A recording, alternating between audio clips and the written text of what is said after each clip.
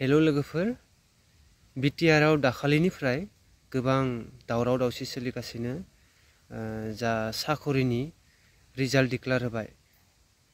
Forester grade 1 आरो forest guard आरो VCDC secretary बे मोनथाम साखरिनि थाखाय जा रिजाल्ट डिक्लेयार होबाय बेखौ लानानै स्टुडेन्टफोरा सेटिसफाइड नङा।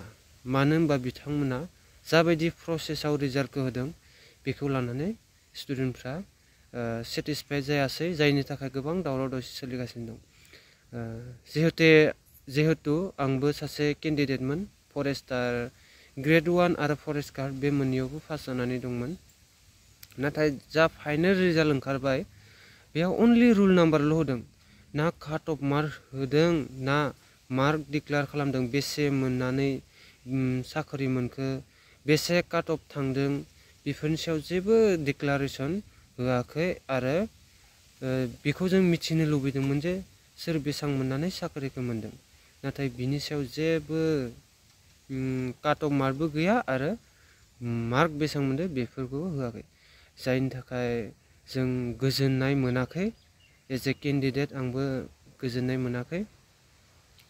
CSPआ हायोबा बेखौ डिक्लेयार होबा मोजां जायो, अब्लाना जाय केन्डिडेटफोर बिसोरो गासैबो गोजोननाय मोनगोन।